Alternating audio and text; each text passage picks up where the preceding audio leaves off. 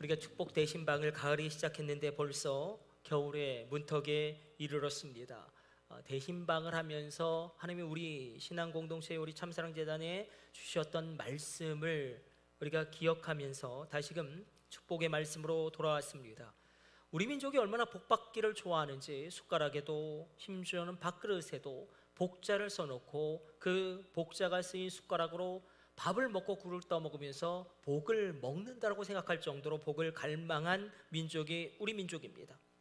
지금도 복받기를 얼마나 원하고 있는지 사람들이 날마다 신년이 되면 얼마나 복을 사모하는지, 그럼에도 불구하고 안타깝게 복을 주신 하나님을 우리가 온전히 섬기지 못하였기 때문에 우리 민족이 큰 어려움을 겪었고 우상 숭배함으로 하나님을 떠나가게 되어지는 비극도 겪었습니다. 그럼에도 하나님이 이 민족을 먼저 찾아와 주시고 만나 주시고 새롭게 하심으로 말미암아 놀라운 부흥이 땅 가운데 일어났습니다. 그러나 또다시 이 나라와 이 민족은 위기 가운데 빠져 있죠. 우리가 굉장한 위기 가운데 빠져 있음을 우리는 다 알고 있습니다. 불경기일 뿐만 아니라 이제 AI 시대에 새로운 먹거리를 발견하지 못하고 도태되어지고, 그리고 우리가 경쟁에서 제외되고 있는 것을 우리는 피부로 느끼고 있습니다. 그럼에도 불구하고 이 민족이 살 길이 있습니다. 브레진스키 교수가 그런 이야기를 하더라고요. 트럼프가 이제 대통령 되고 여러 가지 패권 질서가 바뀌는 가운데 한국의 생존책은 세 가지 중에 반드시 하나를 해야 된다. 중국의 지역적인 패권을 받아들여서 중국과 협력하든지, 아니면 이 북한, 중국, 러시아 북방 삼각 동맹의 철저한 대척점에 서서 일본과 미국과 삼각으로 남방의 동맹을 확보하든지, 아니면 핵무장을 하든지, 세 가지 중에 반드시 하나는 해야지 미래의 한국이 생존할 수 있다. 우리 가운데 그럼에도 불구하고 하나님이 이 민족을 새롭게 하시고 일으키는 놀라운 역사가 있는데, 이 민족이 예수를 믿으면 삽니다. 이 분명한 확신이 있으십니까? 말씀대로 변화되어지면 놀라운 문이 이 민족에게 열려질 것입니다. 오늘 성경은 우리 개인은 물론 이거니와 우리 자녀, 그리고 우리 가정, 또 이 나라 민족이 복을 얻게 되어지는, 우뚝 서게 되어지는 비책을 이야기하고 있습니다. 창세기를 보면 삼일체 성부, 성자, 성령 하나님이 하나님의 형상대로 인간을 지으시고 가장 처음으로 하신 말씀이 등장하죠. 가장 처음으로 하신 행동이 등장하는데 그것이 무엇이냐면 우리 창세기 1장 28절 말씀으로 가서 한번 확인해 보도록 하겠습니다. 우리 같이 읽습니다. 하나님이 그들에게 복을 주시며 하나님이 그들에게 이르시되, 끊어보죠. 가장 먼저 하신 행동은 무엇이냐면 복을 주신 거예요. 하나님이 가장 먼저 인간을 창조하시고 하신 행동은 복을 주시고 곧 이어서 말씀을 주시는데, 우리 다시 한번 이것을 생각하면서 다시 읽습니다. 하나님이 그들에게 복을 주시며 하나님이 그들에게 이르시되 생육하고 번성하여 땅에 충만하라, 땅을 정복하라, 바다의 물고기와 하늘의 새와 땅에 움직이는 모든 생물을 다스리라 하시니라. 하나님이 복을 주시는 행동을 하신 다음에 그 다음에 이어서 무엇을 주시냐면 말씀을 주십니다. 하나님의 말씀을 주시는데 5가지의 명령의 말씀이 등장합니다. 생육하라, 번성하라, 충만하라, 정복하라, 다스리라. 우리가 이것을 신학적인 용어로 통치 명령 내지는 문화 명령이라고 표현하기도 합니다. 발터 부르기만은 이 창세기 1장 28절이야말로 구약의 모든 비밀을 이해하는 열쇠다. 구약 신학을 관통하는 어떤 원리가 담겨져 있다고 이야기합니다. 5가지 동사로 명령형으로 등장하죠. 생육하라, 번성하라, 충만하라, 정복하라, 다스리라. 생육하라 뜻이 무엇입니까? 더 이상 불임이 되게 하지 마라, 피임하지 마라. 번성하라 의미가 무엇이죠? 더 이상 후손의 문이 닫히게 하지 마라, 낙태하지 마라. 충만하라, 이건 쫓겨나지 말아라. 더 정확하게는 무장해라. 여러분 무장하고 계십니까? 에베소서의 말씀대로 정말로 너희가 주 안에서와 그 힘의 능력으로 강건하여지고 마귀의 괴계를 능히 대적하기 위하여 하나님의 전신 갑주를 입으라. 무장하고 계십니까? 어떠십니까? 네 번째는 정복하라. 더 이상 비굴하게 살지 말아라. 만약에 내 안에 진리가 있다면, 내 안에 구원의 확신이 있다면 내가 세상의 많은 부분들을 초월할 수 있습니다. 5번째는 다스려라. 더 이상 통치당하지 마라. 이 세상에 장악당하지 말고, 너의 감정에 장악당하지 말고 통치해라. 하나님의 명령이죠. 이 말씀은 아무리 연약하다라고 할지라도 하나님이 함께하면 위대한 존재가 될 수 있다라는 것입니다. 아무리 형편없을지라도 하나님이 함께하면 엄청난 일을 이룰 수 있다라는 것입니다. 아무리 보잘것없을지라도 하나님이 함께하면 선한 영향력을 놀랍게 끼칠 수 있다는 것입니다. 그러므로 내가 하나님의 복의 통로가 됩니다. 내가 복의 근원이 됩니다.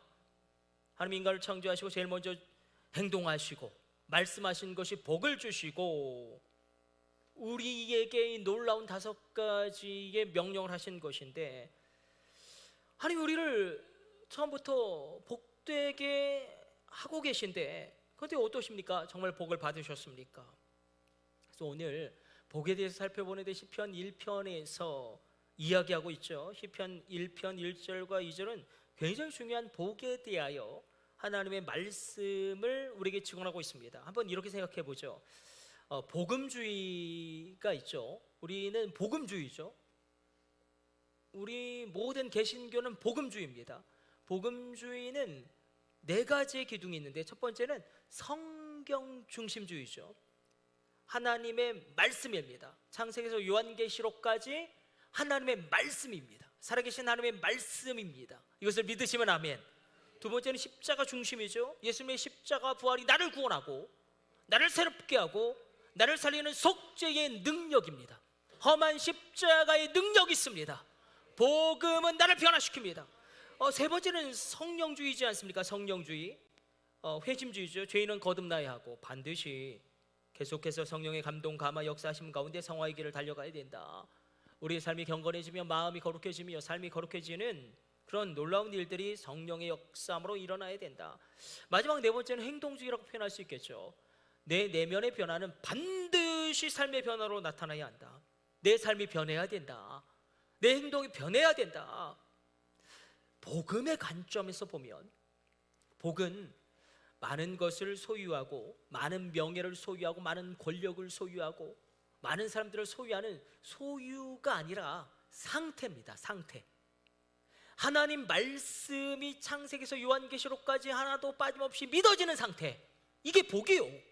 예수님의 십자가 부활인 나를 위한 십자가와 부활임이 믿어지는 상태가 복이요. 성령으로 말미암아 내가 계속 변화되어지고 있는 것, 내 내면의 변화가 놀랍게 나의 삶을 변화시키는 그 상태이라는 것입니다. 그래서 동일한 연장선상에서 시편 1편 1절과 2절도 자, 복은 상태다, 소유라기보다는 상태다. 그것을 기억하면서 우리 1절과 2절 다시 한번 읽어보도록 하겠습니다. 우리 같이 읽습니다. 복 있는 사람은 악인의 꾀를 따르지 아니하며 죄인들의 길에 서지 아니하며 오만한 자들의 자리에 앉지 아니하고 오직 여호와의 율법을 즐거워하여 그 율법을 주야로 묵상하는 도다. 이렇게 기록되고 있죠.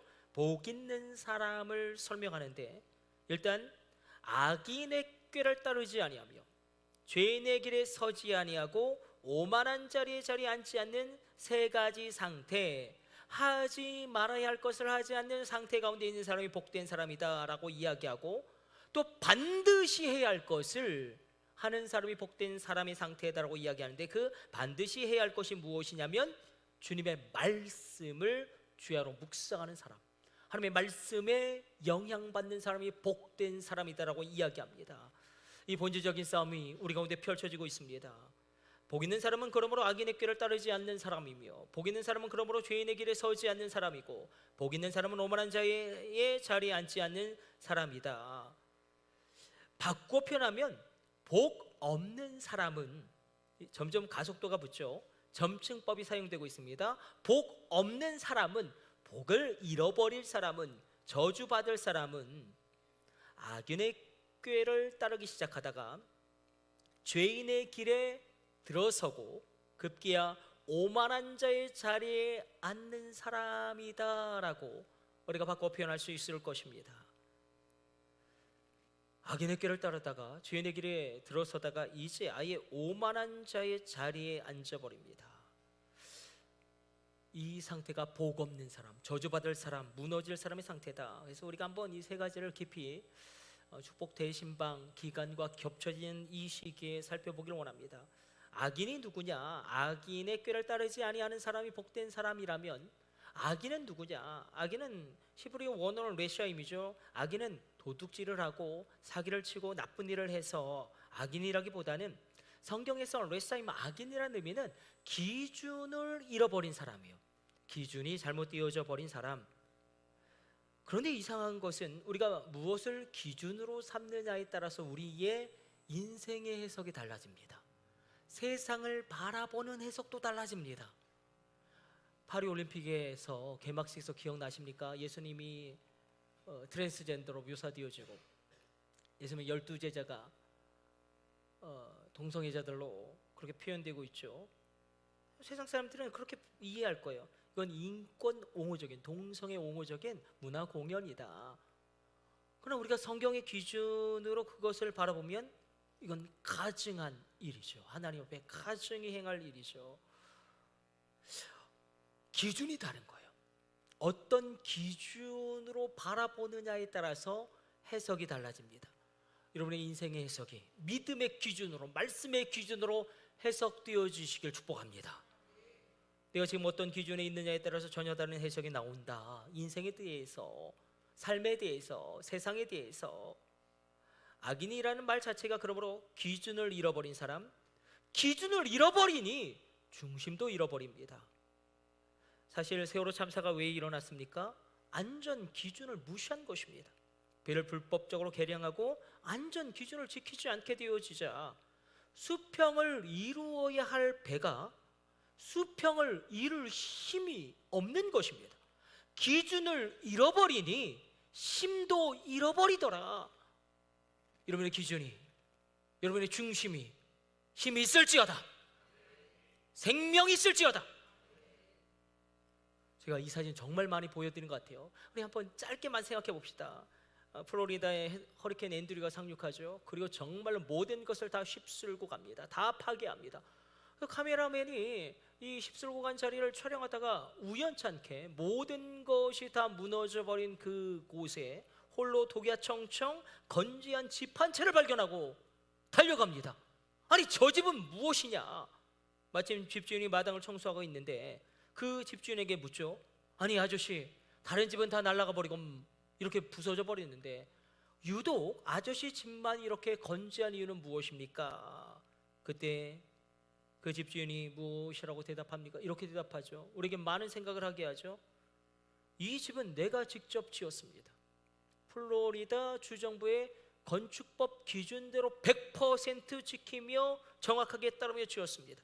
그 기준에 하나도 어긋남이 없이 집을 지었고 건축법 기준대로 바닥을 다졌고 기초를 다졌고 건축법 기준대로 벽을 올렸고 건축법 기준대로 허리케인에도 견딜 수 있는 지붕을 올렸습니다. 그랬더니 이번에도 무너지지 않았습니다. 기준대로 했더니 무너지지 않았더라. 또 한 가지는 내 손으로 직접 지었다. 여러분의 가정의 집을 믿음의 집으로 세우시기를 원하신다면 말씀의 기준으로 여러분이 직접 기도하셔야 하고요, 여러분이 직접 지으셔야 합니다. 내가 은혜 받아야 됩니다. 하나님 앞에 내가 체험해야 합니다. 사사기는 그 참담함의 원인을 이렇게 기록합니다. 그때 왕이 없으므로 자기 눈에 보이는 대로 자기 소견에 좋을 대로 행하다가 망하였도다. 기준이 없으므로 망한다라는 것입니다. 복 있는 사람은 그러므로 기준이 분명한 사람, 하나님 말씀의 기준이 있는 사람이죠. 악인은 그러므로 도둑질을 하고 사람을 해치고 사기를 치고 그래서 악인이 아니라, 만약에 내가 어떤 중요한 결정을 내릴 때에 사업의 길을 결단한다든지 아니면 가정의 중요한 방향을, 큰 방향을 정한다든지 무언가 우리 자녀의 일생을 선택하는 중대한 기로에 서 있을 때에 이것이 돈이 될까 돈이 되지 않나, 이것을 기준으로 삼으면 이상한 방향으로 흘러갈 수밖에 없다는 것입니다. 말씀의 기준, 말씀의 기준, 하나님과 더 가까워질 수 있겠느냐. 이런 측면에서 우리가 말씀의 기준을 잃어버리면 우리가 예수를 믿었음에도 불구하고 얼마든지 악인도 될 수 있고, 우리가 매주 예배를 드림에도 불구하고 나의 결정이 하나님의 말씀과 무관한 결정이라면 우리도 모르는 사이에 기준을 잃어버리게 되고 중심이 흔들리게 되어져 버리고 복 없는 자로 전락하게 될 것입니다. 여러분을 축복합니다. 복될지어다. 복될지어다. 그러나 이 악인의 무엇을 따르는 사람이 바로 복 없는 사람이라고 설명하고 있냐면 악인의 꾀를 따르는 사람, 악인의 꾀를 쫓는 사람이 복 없는 사람이라고 이야기합니다. 이 꾀는 히브리어로 에자인데 충고와 조언이라는 의미가 있습니다. 그러므로 내가 누군가에게 무엇을 듣느냐, 나의 듣는 귀가 누구와 연결되어져 있느냐, 이게 축복을 가르는 중요한 사안이라는 것입니다. 우리가 여야를 막론하고 지금 우려스럽게 정치권을 바라보고 있는 게 무엇입니까? 저도 깜짝깜짝 놀라는 것은 아니 이렇게 우리 고위직에 이렇게 주술의 영향이 강하게 미치고 있는가? 아니 권력의 핵심부에 있는 사람들이 전혀 이상한 무속인에게 상담을 합니다. 전혀 엉뚱한 사람과 논의합니다. 그리고 그들의 꾀, 애자, 그 충고와 조언을 받아들입니다. 그렇다고 그런 무속인들이 애국심이 투철한 것처럼 보이지도 않습니다. 누구의 이야기를 들으면 안 됩니까? 하나님의 말씀을 기준으로 삼지 않는 사람과 상담하지 말고 그 충고와 조언을 귀담아 듣지 말고, 이런 거겠죠. 한 아이가 이제 자신의 인생을 놓고 아버지와 어머니에게 그 인생을 논의하러 갑니다. 근데 그 어머니와 아버지의 기준이 하나님의 말씀이 아니라면 그 아이는 복되지 않다는 것입니다. 여러분 축복합니다. 복될지어다. 믿음의 사람들, 말씀에 영향받은 사람들이 언제나 있을지어다. 두 번째로 이렇게 이야기하고 있죠. 복 있는 사람은 죄인의 길에 서지 아니하는 사람이다라고 이야기합니다. 죄는 히브리어 원어로는 하타임인데 이게 원어적으로는 그렇습니다. 화살이 관역을 빗나간 거예요. 그러니까 궁수가 활을 쏘았는데 관역을 빗나가게 화살을 쏘은 궁수가 바로 이 죄인이라는 상당히 우리가 이해하기 어려운 말씀을 우리에게 전하고 있습니다. 관역을 벗어나게 활을 쏜 궁수가 이 죄인이다. 그러니까 죄인이란 것은 목적이 잘못 띄어져 버린 것이죠. 말씀의 기준이 되어서 그것을 목적이 되어져야 되는데 하나님의 말씀을 그 삶의 중대한 방향으로 정조준하지 않은 결과가 이제 죄의 결과로 나오는 것이다. 우리가 사명이 있죠. 우리에겐 누구나 사명이 있습니다. 사명이 없으신 분은 아무도 없습니다. 사명, 이것은 내 삶의 목적입니다. 내 삶의 목적이죠. 내 삶의 궁극적인 방향이요. 그런데 사명, 이 목적을 향해 나아갈 때에 수많은 목표점들이 우리 가운데 있습니다. 그렇겠죠. 우리가 서울이라는 목적지를 향해 갈 때에 우리가 조치원도 지날 것이고 천안도 지날 것이고 수원도 지날 것이죠. 목표점들을 지나갑니다. 나의 사명, 목적이 있죠. 근데 문제는 무엇이냐면 이 목적과 목표가 혼동되어지면서 이것이 바뀌어져 버리면 심각한 문제가 초래될 수밖에 없습니다. 중국은 언제나 이민족들의 위협에 처해 있었습니다. 특별히 북쪽의 흉노족이 강력하였기 때문에 중국은 늘 고민할 수밖에 없었습니다.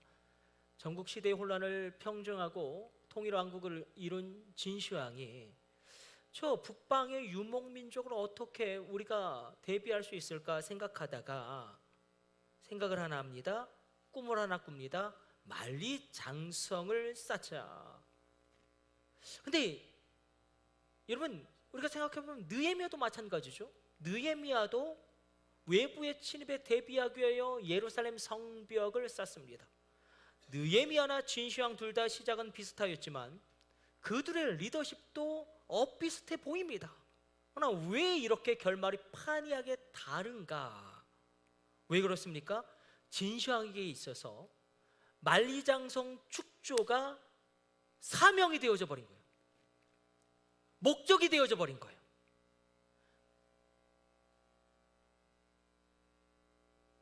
근데 문제는 무엇이냐면 그것 자체가 목적이 되어져 버리니 진시황 사후 3년 안에 진나라는 멸망하게 되고 역사의 뒤안길로 사라져 버리게 되어지고, 너무나 안타까운 역사적인 아이러니는 그렇게 어마어마하게 쌓은 만리장성을 이민족들이 너무나 쉽게 넘어왔다는 것입니다. 전쟁을 해서 넘어왔는가? 아니죠. 수문장에게 뇌물을 주고 그 문을 열고 중국으로 이민족들이 너무나 쉽게 들어오게 됐다는 것은 우리에게 이 목적과 목표가 혼동되어질 때, 사명과 목표가 혼란스러워졌을 때에 어떤 일이 일어나는지를 보여주는 역사적인 신뢰입니다. 목적이 되어야 할 것과 목표가 되어야 할 것, 그러니까 사명과 목표가 분리되어지지 않고 그저 목적을 이루기 위해 거쳐야 될 목표점들이 목적의 자리, 사명의 자리에 올라가 버리게 될 때에 어떤 비극이 일어나는가? 느헤미야는 성벽을 재건한 이후에도 계속 싸웁니다. 왜 싸웁니까? 느헤미야는 성벽 재건을 자신의 사명으로 목적으로 삼지 않았어요. 그건 하나의 목표점에 불과합니다. 느헤미야의 목적, 느헤미야의 사명은 무엇입니까? 느헤미야가 그렇게 고백하지 않습니까? 우리가 왜 망했느냐? 이스라엘이 왜 망했느냐? 우리가 예배를 잃어버렸기 때문이다. 예배에 실패했기 때문에 이 민족의 실패가 왔고, 예배 가운데 하나님의 은혜가 차단되었기 때문에 우리가 우상을 숭배하기 시작하였기 때문에 느헤미야의 가장 큰 사명은 이스라엘 민족 공동체 가운데 예배를 회복하는 거예요. 예루살렘 성벽을 재건한 이후에도 느헤미야의 싸움은 계속되어집니다. 제사장들을 세우고요, 그리고 11주의 신앙을 강조하고요, 노래하는 레인들을 세우고 끊임없이 우리가 망한 이유는 예배에 무너졌기 때문이다. 그래서 예루살렘 성벽을 재건할 때에 어디를 시작으로 재건을 시작합니까? 양의 문, 제사를 드리는 양들이 드나드는 그 문을 가장 먼저 재건함으로 예루살렘 성벽의 재건을 시작합니다. 미국에 있을 때 정말 고민이 되었던 게 있습니다. 우리 한국 학생들이 정말 공부 잘합니다. 우리 수학은요 정말 잘합니다. 우리가 정말 수학 잘합니다. 그래서 사실은 인구 비율로 놓고 보면 뭐 아이비리그 그런 대학들이 있죠. 뭐 하버드, 예일, 프린스턴, 브라운, 펜실베니아, 다트머스, 나 여기보다 더 좋아지는 대학들이 많아요. 뭐 버클리도 마찬가지고, 스탠포드, MIT도 마찬가지고, 뭐 중부의 듀크, 버지니아 막 명문이죠. 남부의 SMU도 뭐 에모리, 그리고 막 노트댐, 굉장히 좋은 학교들. 한국 학생들이 정말 많이 들어갑니다. 그런데 인구 비율로 볼 때 유대인과 한국인이 거의 가장 많이 들어가는 것 같아요. 그리고 비슷하게 들어가는 것 같아요. 압도적으로 진학하는데 문제는 무엇이냐면, 대학에 들어가면 유대인들은 엄청난 힘을 발휘하는데, 대학에 들어가면 어찌된 영문인지 이상하게 우리 한국 학생들은 힘을 잃어버려요. 이 인구 비율로 보면 노벨상 30%를 석권하는 유대인들처럼 우리도 노벨상 30%를 석권해야 되고, 우리도 그렇게 받아야 하고, 세계적인 연구의 35%가 유대인들을 통해서 나오니까 사실 그 두뇌의 질량을 놓고 보면 우리도 한 35% 정도는 압도적인 학설들, 논문들, 인물들이 나와야 되는데 왜 그런가? 일단 한국 학생들은 사명과 목적이 뭐예요? 대학교 들어가는 거. 그러니까 대학교 들어가면 더 이상 사명도 목적도 없어요. 여러분, 대학교에 들어가는 게 사명이 될 수가 없습니다. 나라를 살리는 것, 교회를 살리는 것, 다음 세대를 일으키는 것, 이것이 사명이 되어야지. 그 사명을 이루기 위해서 목표점들 가운데 하나로 대학을 진학하는 것이지, 대학이 그게 절체절명의 사명과 목적이 되어져 버리니 그냥 망해버리는 거예요. 조금만 학점 안 나오면 그냥 뛰어내려서 자살해버리는 거예요. 여러분, 이렇게 생각해 봅시다. 우리가 가정생활을 할 때에 좋은 집을 사는 게 목적이 되어져 버리고 사명이 되어져 버리면 그 가정은 얼마나 불행해집니까? 여러분, 목적과 사명은 행복한 가정을 이루는 것, 믿음의 가정을 이루는 것이어야지. 그러기 위해서, 행복한 가정을 이루기 위해서, 그 목적과 사명을 이루기 위해서 여러 가지 목표점들 가운데 집을 하나 사는 것이지, 이게 혼동되어져 버리면 우리의 삶이 굉장히 혼란에 빠지게 됩니다. 그러므로 우리의 목적과 사명이 주님의 말씀 앞에서 분명해지시길, 그 목적과 사명을 향하여 정확하게 달려가는 복 있는 사람 되시기를 축복합니다. 그런데 죄인의 길에 선다라는 것은 무엇이냐면, 히브리적인 사고방식에서 어느 길을 간다라는 것은 어떤 삶의 방식을 선택한다는 의미가 있습니다. 제가 질문 하나 던져보겠습니다.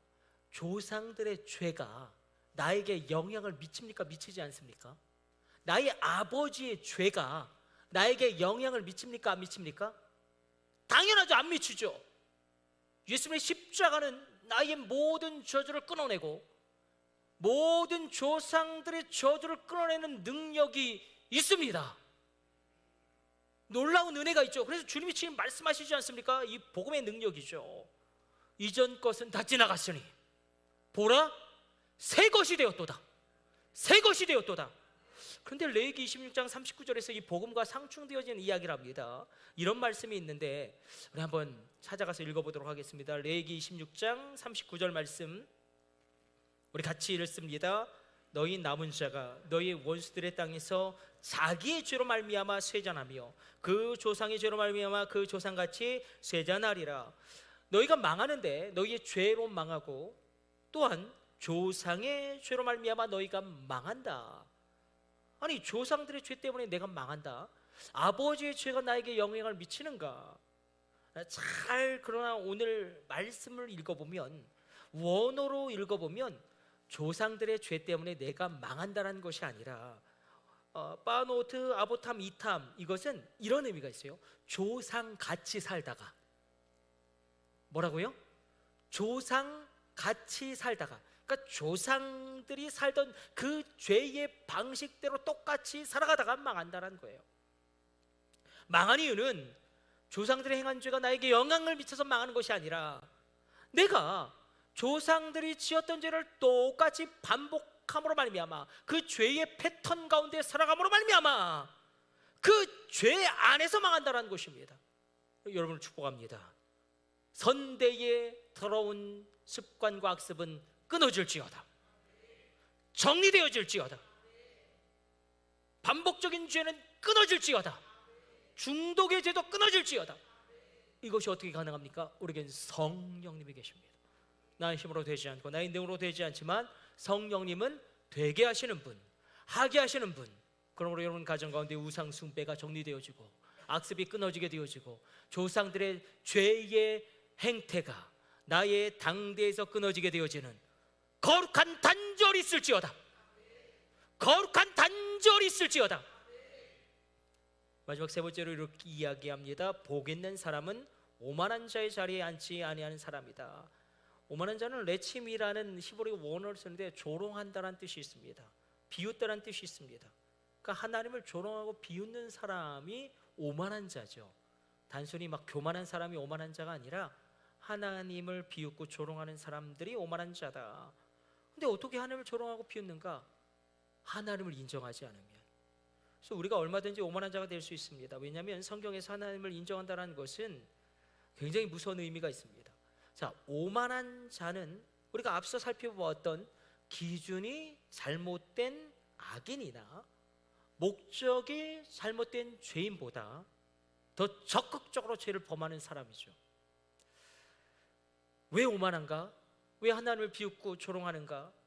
내 인생의 주인이 나이기 때문에 그렇습니다. 내 인생의 주인이 내가 되어지면 나도 얼마든지 오만한 자가 됩니다. 그래서 우리가 내려놓았으면 좋겠어요. 내 인생의 주권자는 하나님이십니다. 정말이십니까? 정말이십니까? 우리 믿음으로 고백합시다. 그러하여도 주님만이 나의 주님이십니다. 근데 오늘 본문에서 이 부분이 어렵습니다. 우리가 살펴보면 처음에는 어떻게 시작합니까? 악인들의 꾀를 따르다가 죄인들의 길에 들어서다가 오만한 자의 자리에 앉아버립니다. 누가? 복 없는 사람이, 누가? 망할 사람이, 누가? 저주받을 사람이 꾀를 따르다가 길에 들어서고 아예 자리를 잡아버립니다. 꾀는 생각이겠죠. 생각의 영역이에요. 복 없는 자는 악인의 생각에 영향을 받습니다. 그랬더니 죄인의 길에 서게 되죠. 그 생각이 이제 행동으로 나오는 거예요. 생각이 행동으로 나옵니다. 생각이 행동으로 나오더니 이 한 번의 행동이 이제는 자리를 잡아버려서 삶의 고착화됩니다. 삶의 습관이 됩니다. 우리 다 알고 있죠. 출애굽기에서 이스라엘 백성들의 고질적인 문제는 무엇입니까? 원망과 불평이 습관이 되어져 버린 거예요. 이게 얼마나 무서운지, 이게 얼마나 무서운지. 생각이 행동이 되어져 버리고 그 행동이 이제 자리를 잡게 되어져 버립니다. 우리가 애굽에 있으면 메추라기도 먹고 부추도 먹을 텐데 이 광야에서 먹을 거 하나도 없고 우리가 고기가 먹고 싶은데 소고기도 먹고 싶고 부추도 먹고 싶고 이 광야에서 맨날 이상한 만나라는 떡만 먹어야 되나? 그러더니 이제는 그 생각이 행동하게 되죠. 모세를 죽이려고 하고 다시 애굽으로 돌아가려고 합니다. 그러더니 그것이 이제 자리를 잡게 되어지죠. 그래서 어떤 일만 일어나면 불평과 원망이 그냥 자동적으로 터져 나옵니다. 불평과 원망이 습관이 되어져 버렸다는 이 구절적인 이스라엘 백성들의 학습이 우리에게도 있지 않은가. 그래서 여러분의 입술까지도 성령으로 말미암아 할례를 받을지어다. 여러분들의 입술을 지키는 전쟁이 나의 축복을 지키는 전쟁과 동일함을 기억하시길 다시금 주님의 말씀으로 권면하여 드립니다. 점증법적 구조로 시편 1편은 구성되고 맞춰집니다. 점점점 머리에 있던 것이 행동으로 나오고 그 행동이 고착화되어집니다. 다윗이 왜 밧세바를 범합니까? 성경은 그 죄악의 모든 것을 분명하게 왜 그렇게 되었는지 그것을 분명하게 이야기하고 있습니다. 그 시작은 아주 작은 것이었어요. 다윗이 생각을 합니다. 생각을 하나 합니다. 이제 좀 쉬자. 새벽 기도도 이제 좀 쉬자. 금요 기도도 이제 좀 쉬자. 주일 예배 꼭 그렇게 매주 나가야 돼. 캠핑도 한번 가야지. 캠핑도 한번 가야지. 좀 주일 예배도 한번 쉬자. 근데 이때가 언제냐면 왕이 전방의 경계를 순찰할 때입니다. 그 시간을 성경은 기록하죠. 그 시간에 출정하지 않습니다. 그리고 그가 있어야 할 공간은 분명히 전방 경계의 전장터인데 왕궁에 있습니다. 있어야 할 시간을 놓쳐버리고 있어야 할 장소에 있지 않으니 그 다윗이 여러분 기억나십니까? 다윗이 뭐라고 고백합니까? 내가 일어나 새벽을 깨우리로다. 비파야 수구마 깰지어다. 내가 새벽을 깨우리로다. 아둘람굴에서 할 일도 없어요. 다윗은 사실 12시까지 퍼질러 잔다고 하더라도 누구 하나 말할 사람도 없고 할 일도 없습니다. 그 다윗이 늦잠을 자는데 세상에나 이 다윗이 얼마나 늦잠을 퍼질러 잠을 자냐면 해질 저녁쯤에 일어났다고 성경은 고발합니다. 해질 저녁쯤에 일어나서 산책을 하다가 밧세바가 목욕하는 것을 바라봅니다. 어떤 학자는 밧세바가 못생겼다라고도 해석하기도 하지만 그건 우리가 아직 정확하게 알 수 없고 여인이 목욕할 수 있죠. 그럼 얼른 눈을 떼야죠. 근데 계속 뚫어지게 쳐다봅니다. 왜요? 할 일이 없으니까. 할 일이 없으니까. 그러다 급기야 간음을 범하고 급기야 우리야를 죽여버리게 되는 비극을 낳게 됩니다. 그만 좀 쉬자 생각 하나가 그 악인의 꾀가 죄인의 길에 서게 하고 죄인의 길에 들어서게 하고 간음하게 하고 급기야 우리야를 죽이는 오만한 자의 자리에 앉게 되어져 버리는 오늘 여기 때문에 말씀 달려왔습니다. 복 있는 사람은 그럼 어떤 사람이냐? 우리가 생각할 때는 복 있는 사람은 어떤 사람입니까? 내 마음이 행하는 바를 다 얻게 되어지고 내가 행하는 모든 길들이 다 열려지게 되어지고 내가 소유가 넉넉해지고 그게 복 있는 사람일 것 같지 않습니까? 근심도 없고 눈물도 없고 아픔도 없고. 근데 오늘 말씀이 너무나 기가 막히고 오늘 말씀이 너무나 힘든 이유와 까닭은 복 있는 사람은 여호와의 율법을 주야로 묵상하는 자로다. 복 있는 사람은 어떤 사람입니까?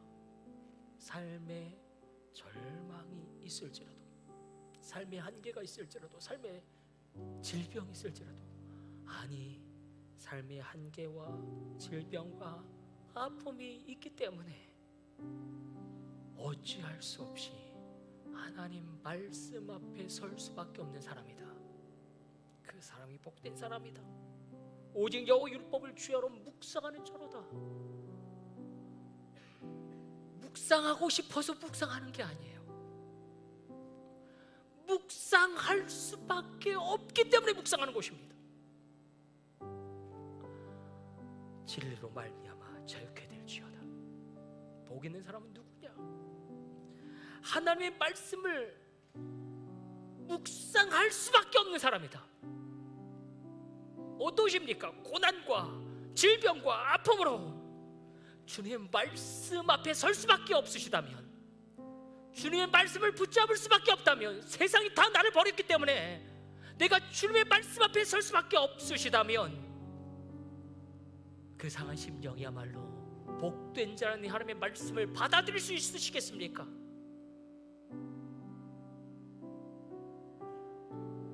어떠십니까? 하나님 말씀이 들리십니까? 하나님 말씀 앞에 설 수밖에 없으십니까? 하나님 앞에 나올 수밖에 없는 삶의 한계와 아픔과 절망이 가득하십니까? 여러분은 복된 사람입니다. 여러분은 복된 인생입니다. 이 놀라운 복음의 야성, 이 놀라운 복음의 역전, 이 놀라운 축복의 역전이 있을지어다. 오직 여호와의 말씀을 율법을 주야로 묵상하는 자로다. 묵상한다라는 건 하가라는 거예요. 내 입술로 그것을 고백한다라는 것이고, 그 말씀을 내가 먹어서 소화한다라는 것입니다. 그렇게 하지만 내가 살 수 없기 때문에, 그렇게 하지 않으면 내가 이 하루를 버틸 수 없기 때문에, 그러므로 오늘 이 말씀 앞에서 주님 말씀을 묵상할 수밖에 없으시고, 주님의 말씀을 들을 수밖에 없으시고, 주님의 말씀을 붙잡을 수밖에 없으시다면 복된 인생임을 믿으십시오. 그렇게 우리는 넉넉히 이 세상을 걸어갑니다.